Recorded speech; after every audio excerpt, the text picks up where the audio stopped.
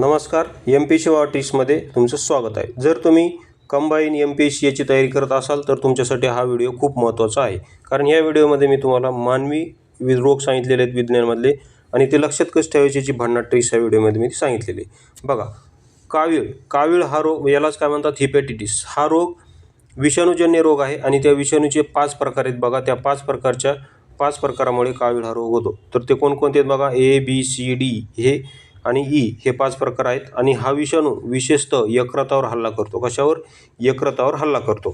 तर यापैकी दूषित अन्न आणि पाण्यामुळे कोणते होतात, तसेच दूषित रक्त, दूषित सुया आणि असुरक्षित लैंगिक संबंध यामुळे कोणकोणते टाईप होतात हे आपण या व्हिडिओमध्ये पाहणार आहोत। तर बघा, सर्वात आधी दूषित अन्न आणि पाण्यामुळे कोणते होतात हे आपण पाहू।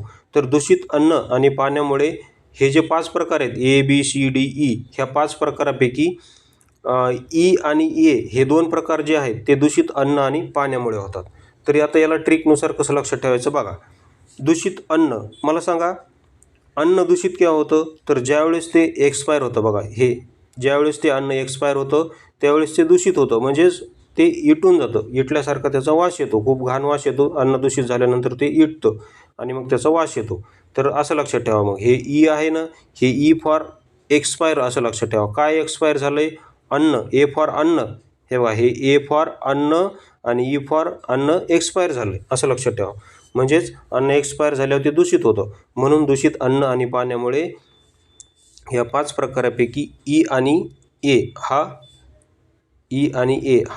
A हे दूषित अन्न आणि पाण्यामुळे होतात।